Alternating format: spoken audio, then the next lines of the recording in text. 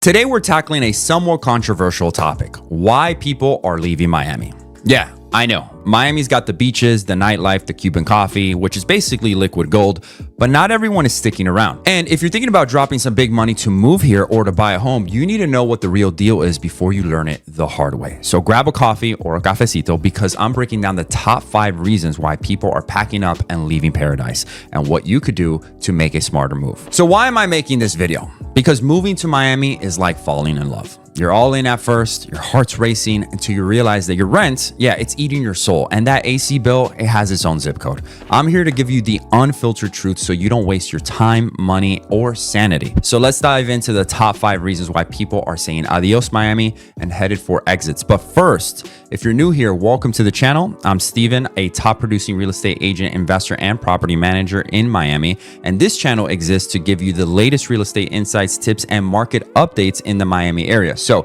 hit that subscribe button and give this video a thumbs up to stay in the loop with what's going on. Now, let's dive in. All right, so number 1, the cost of living. I think all of us saw this coming, but the cost of living in Miami is straight up savage. Let's be real. Miami is expensive. Like, I paid $15 for a smoothie expensive. The cost of living here is no joke, especially when it comes to housing. The median housing prices in Miami-Dade are hovering around $600,000, and the rents aren't faring any better. If you're looking for a 1-bedroom property or 1-bedroom condo, then $3,000 is probably where you're going to be at to find a decent 1-bedroom in the Brickell area.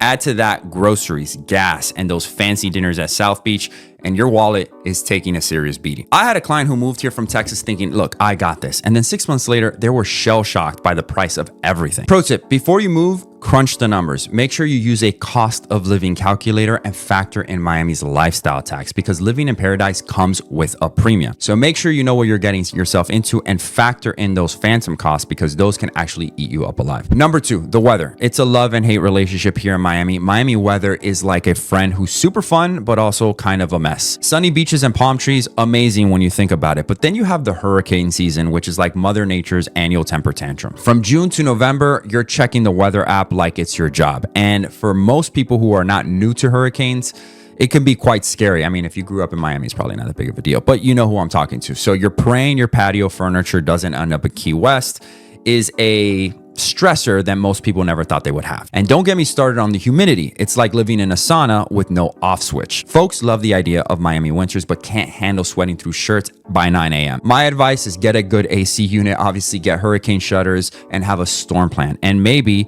don't buy that ground floor condo in a flood zone. Just saying. Number 3, the economic opportunities are not as sunny as you think. Miami's got a rep as a land of opportunity, which is true, but the job market can be a bit of a maze as well. Unless you're in real estate like me or in fields like tech, hospitality, or tourism, landing a high-paying job can be a bit of a grind. I work with a variety of clients in different occupations, mainly entrepreneurs and business owners, but I also work with a lot of attorneys, doctors, and skilled pros in traditional roles. For my business-owning clients out there, Miami has opened some sweet opportunities for them, and they're actually thriving from leaving their other cities. But for my other clients who moved here chasing a 6-figure job or gig, they often end up hustling for lower paying jobs or stick with remote work. And here's the kicker. Miami's cost of living is sky high. That is no secret, but salaries haven't actually kept the pace. If you plan on moving here, do your homework on the job market first. Network hard, think about LinkedIn, local meetups, industry events. You guys get the point, because the gap between income and the cost of living in Miami is among the worst in the country. And that hasn't changed, and probably has gotten even worse thanks to the cost increasing. So many people are moving because of that. Now, number 4, property taxes. And that's that they're on another level. That's pretty much what I'll say about that. Let's talk real quick. Florida has no state income tax, which is pretty awesome. But property taxes, Miami-Dade,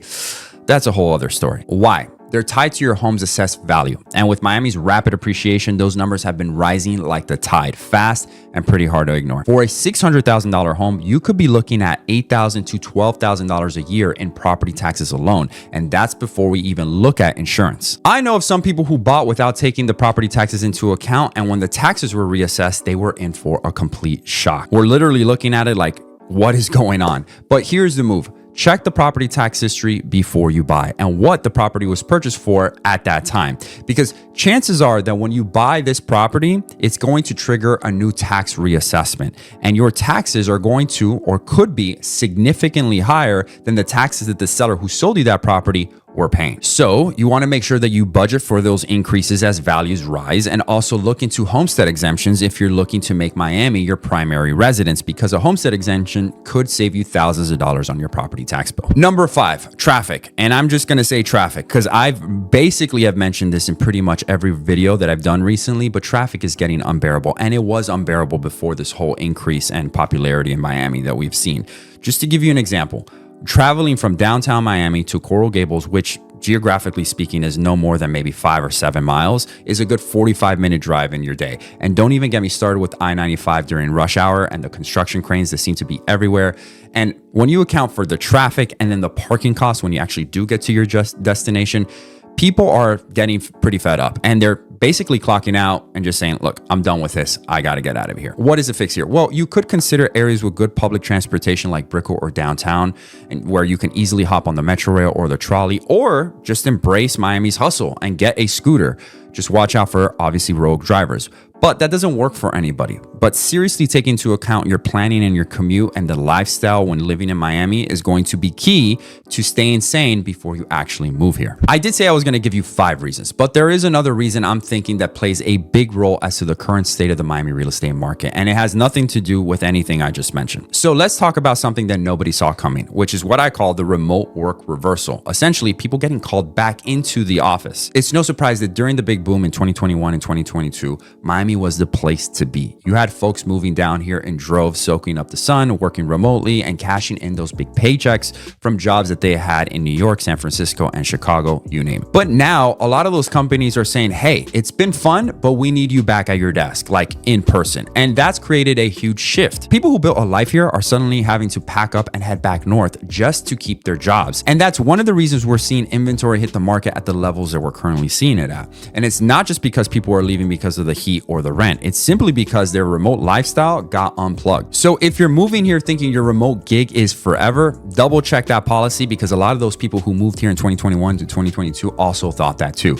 because paradise can be pricey if you end up job hunting in the middle of a move. So there you have it, the real reasons people are leaving Miami. But here's the thing, Miami's still magic for the right people. If you can handle the cost, prep for the weather, lock in a solid job, budget for taxes, and navigate this traffic, then Miami has this vibe and lifestyle that I promise you, you're not going to find anywhere else. The key is going into this with your eyes wide open, and that's where I come in. Now I want to hear from you. What do you think of my list? Are you staying in Miami or are you leaving? Are any of the top reasons that I just mentioned reasons why you're leaving, or did I miss one? Drop your thoughts in the comment section below. I read every single one of them. And if you're thinking about making a move to the 305, hit that subscribe button for more real estate truth bombs like this one. Don't forget that if you need help finding your Miami dream home, you can always DM me or click the link in my description to connect and schedule a call. And until then, guys, thank you so much for watching. Thank you for tuning in and making it this far. I will see you all in the next video. Take care and God bless.